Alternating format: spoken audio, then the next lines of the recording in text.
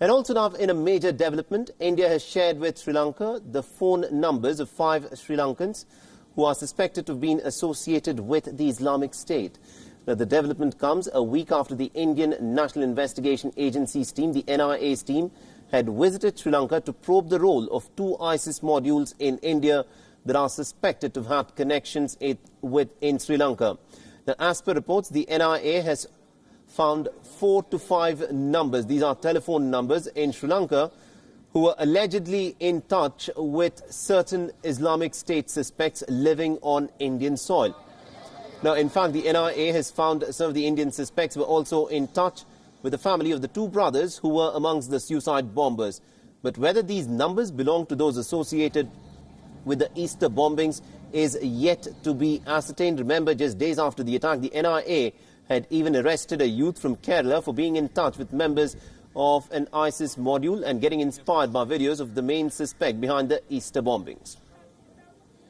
I think India has a large amount of intelligence collection systems and the technology and the experience and the access to various sources, which probably we may not have. In fact, this particular disaster, the information was given by Indian intelligence to our people. International terrorist movements and the issues are connected to this. So therefore, rather than trying to sort out issues and problems as individual countries, if we can do it as a joint exercise by people of these countries, the relevant officials and the people, the technologies and things like that, that will bring better results than in working in isolation. Especially India can help us because they have the wherewithal. All right, so that was the Sri Lankan High Commissioner to India in conversation with my colleague Siddhant Sibal. Siddhant Sibal will be joining us in just a bit from now. Remember, one of the key issues is the cooperation between India and Sri Lanka in terms of cooperation in counter-terror measures. There were 3 intelligence tip-offs that had been given by India before the 21st of April bombings to Sri Lanka, which had in fact been ignored by the Sri Lankan establishment, possibly because of the rift between the Sri Lankan Prime Minister Ranil Wickremesinghe and Maithripala Sirisena, the President of Sri Lanka. And now there is this fresh probe that NIA has carried out.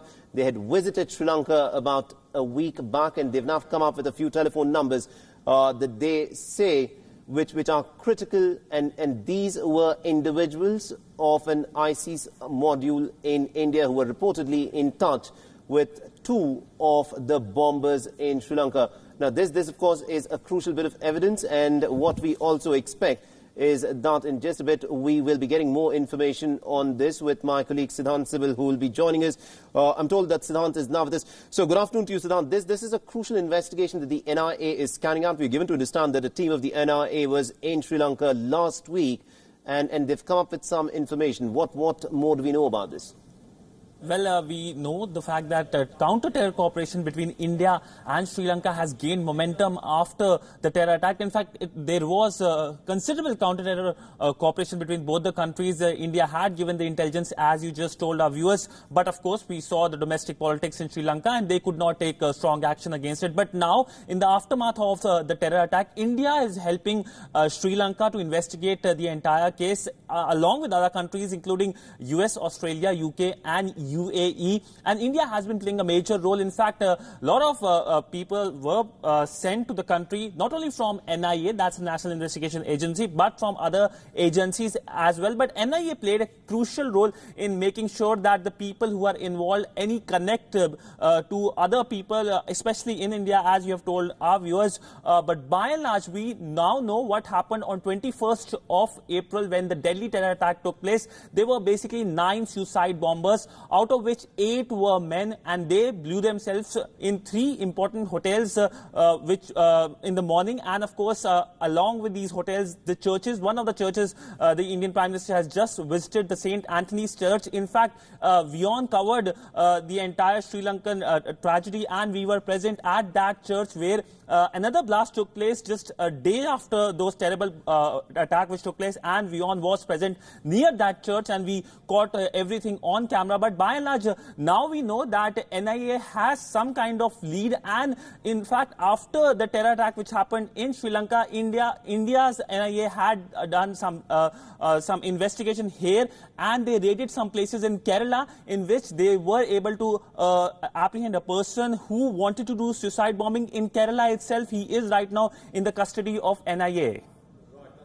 So this of course is the investigation that is presently underway, and also considering the fact that India had given 3 clear intelligence inputs to Sri Lanka prior to the 21st of April bombings. The first one was given on the 4th or the 5th of April, another one on the 11th of April, and another one just 2 hours prior to these serial bombs went off, where India had also mentioned some of the places that are likely to be targeted, and all of these tip-offs were ignored.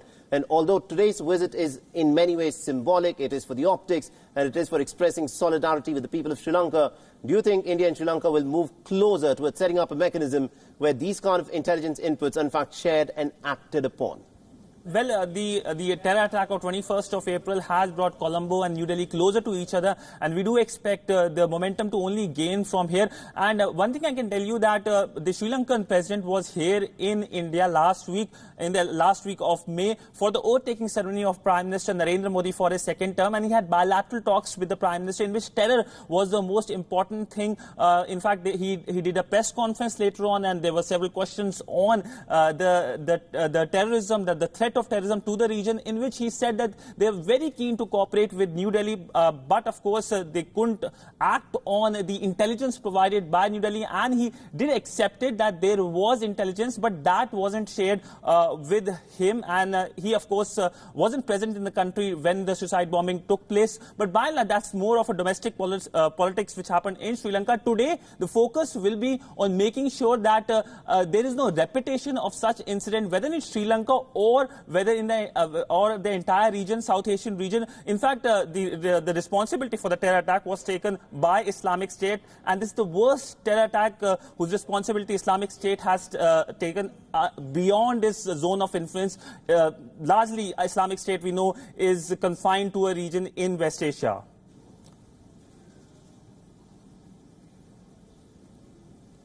All right. Now, this is, of course, a developing story, and we'll be continuing to track the developments as they unfold. Siddhant Sibal, do continue to stay on with us. We just saw the Indian Prime Minister at the St. Anthony's Church just a little while back.